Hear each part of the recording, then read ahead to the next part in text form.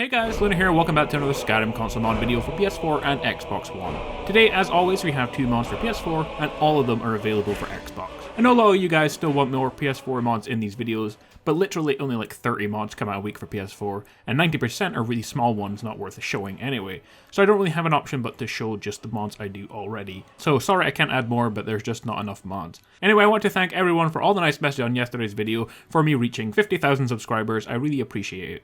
Well guys, let's not waste any time and jump to our first mod of the day. Our first mod is called Any Race Vampire. What the mod does is allows you to play any race in the game as a vampire. Now while this is already possible, what the mod allows is for you to start the game as a vampire, meaning you no longer have to hang around vampire nests hoping to get bitten, you can start the game as the vampire already. With the mod enabled, you start with all the main vampire powers, retain the bonuses of the race that you choose, but you lose their racial power, and you have all the vampire presets.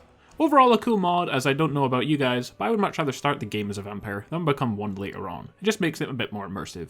Our next mod is a really cool one, and one I have personally been looking forward to using. The Sigil Teleport Spells mod adds to the game 4 new teleportation spells. They are Shadow Step, teleport behind the target enemy.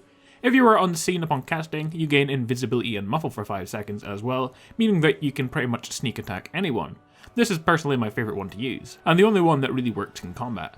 Next we have Blink. You can do a short distance teleportation. Blink has a fairly low magicka cost that increases when you cast it. So for anyone who wants to play as Tracer, then you can now with this mod. Teleport, long distance teleportation spell, always places you in a safe spot. It also teleports your follower. And finally, Omnipresence. This is a master level spell, and it's a worldwide teleportation spell, limited only by your magicka reserves. And this one also teleports your follower. When you use this one, it takes you to a map room that lets you set markers as places to teleport, so that's very useful. Overall, a super cool mod that makes for a fun way to get around, and an even better and extremely fun way to fight in combat. And the Shadow Step is extremely useful if you're playing a sneaking character as well. So I think this is definitely a mod I'm going to keep installed. Our next mod of the day is Fenderic's Elemental Fighter. This mod adds in a new hand element into the game that do elemental damage to your opponents when you're using your fists. These elements are equipped like normal weapons, and they can be used by both player and NPCs, meaning you can give them to your followers. Their base damage scales with one-handed enchantments and perks. Their magical damage scales as you level up one-handed as well. The level of the magical effect automatically updates based on your one-handed skill. This increases damage and also increases the visual effect. And they come in 4 different levels. The first level is 0 to level 50 in one-handed. The second level is 50 to 75, third is 75 through 100, and once you reach level 100, you get level 4 magic damage and the full visual effect, which is what I have in the video, that is level 4. So what kind of elemental damage can you do? Well, you get 4 different types. You get Fire, which causes fire damage, Frost, which causes frost damage to health and stamina, Lightning, that causes damage to health and magicka, and Poison, it causes damage over time. And also this one seems to do damage to more than one enemy at once, unlike the other ones.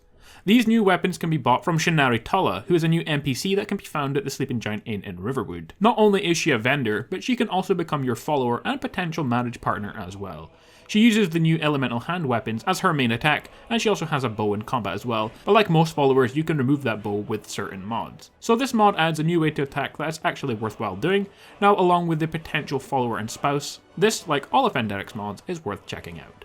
Our fourth mod of the day is a small one, but one we can all use. The Skyrim Hair's Color mod is a mod that adds to the game 9 different hair colors, so far anyway, that support any race, including vampires, and any male and female characters. The 9 colors added to the game are Rose Red Dark, Rose Red Medium, and Rose Red Bright, Midnight Blue, Nocturnal Black, Snowflake Blonde, which is very bright, Lioness Orange, Minty Green, and Arctic Pink.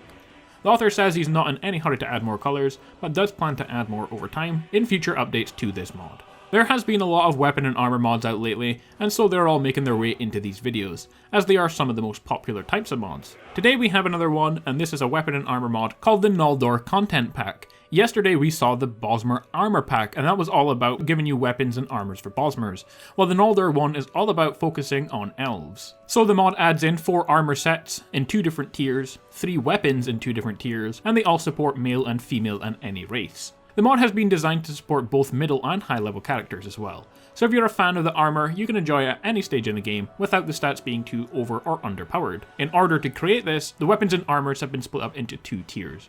Tier 1. This tier is for middle to low level characters and requires the Elven Smithing perk to craft. The armor has slightly better stats than Elven armor.